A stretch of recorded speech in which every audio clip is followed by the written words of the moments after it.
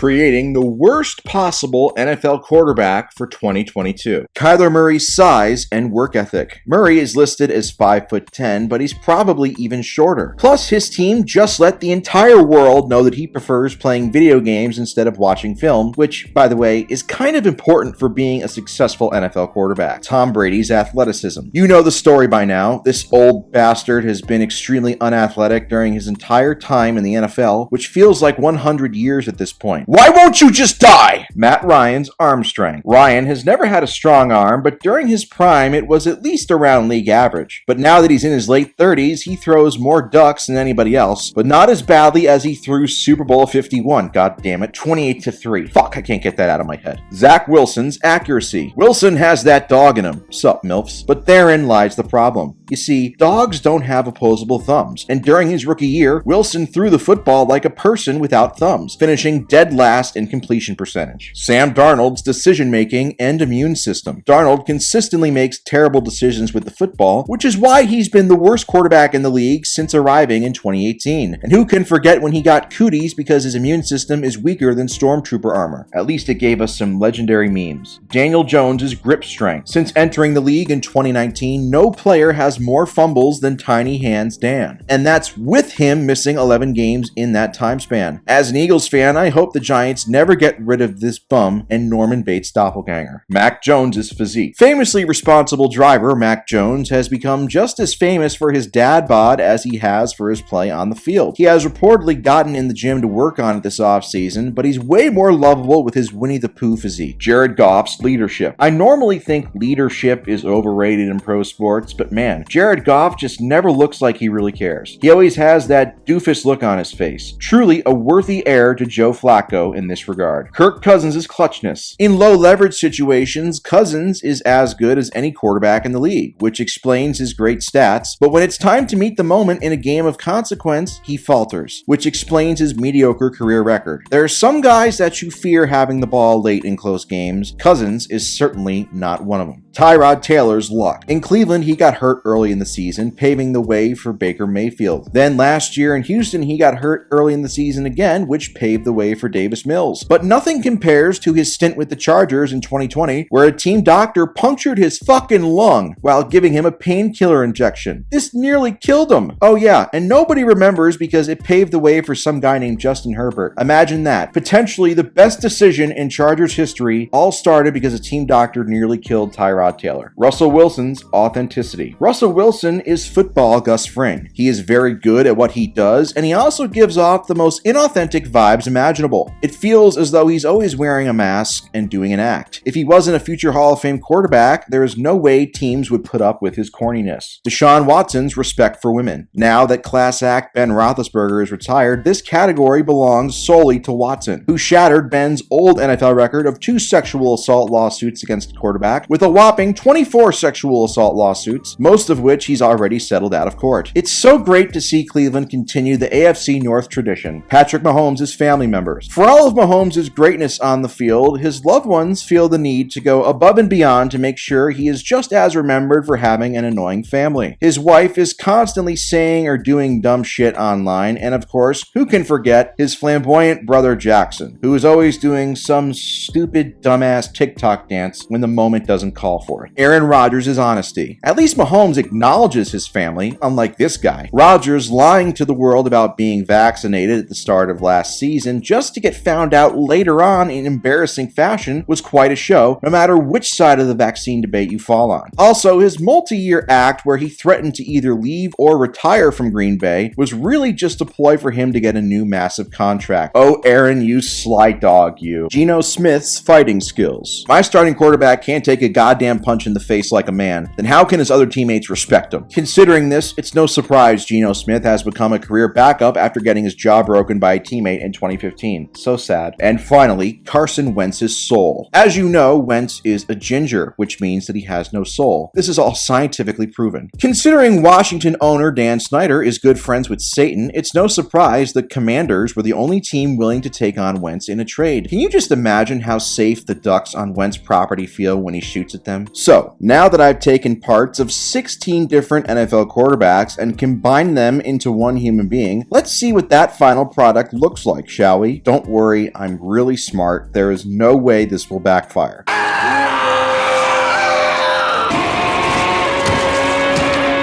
Oh gosh, I'm so sorry you all had to see that. Well, I guess he won't be playing in the NFL next year, right? Anyways, thanks for watching. Keep subscribing if you haven't already. And also, stay in school, do not smoke marijuana, and avoid premarital sex at all costs. I don't want you going to hell.